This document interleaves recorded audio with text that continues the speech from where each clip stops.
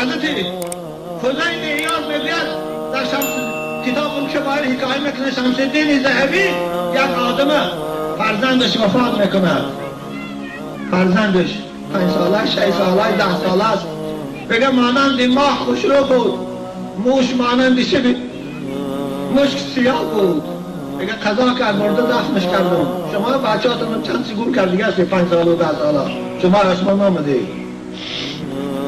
دفنش کردم. میگه در خواب بعد از چند روزه بچه میگه در خواب دیدم شهر،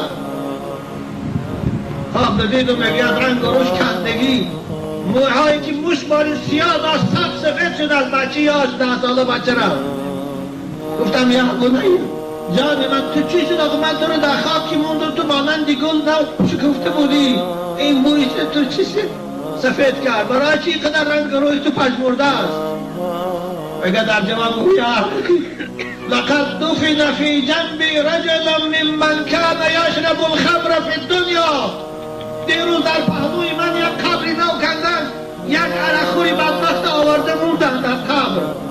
وقتی که بالاش پوشیدن و عقیم گشتن، فزفرت جهنم بقدومه زفرة لا یبقى فی القبر شاب الا شاب رأسه. به مجرد موندن او دوزخ حمله کرد در قبرستان که یگان کسی جوان بود، همش از ترس دوزخ موهاشان سفید شد، قامتشان سخت شد. بنابر کسانی که در قبرستان مرده داره، مرده ها داره در قوات عرق نوشان مرده کنه که و الا عذابی باید ویم شریک است. مانند که همسایتان اگر یک اوباش باشه هر روز جنگ باشه زندگی شما تلخه، نزد داره که همسایه عرق نوشته در خودش خواب باشه، این عذاب در بالای شما هسته.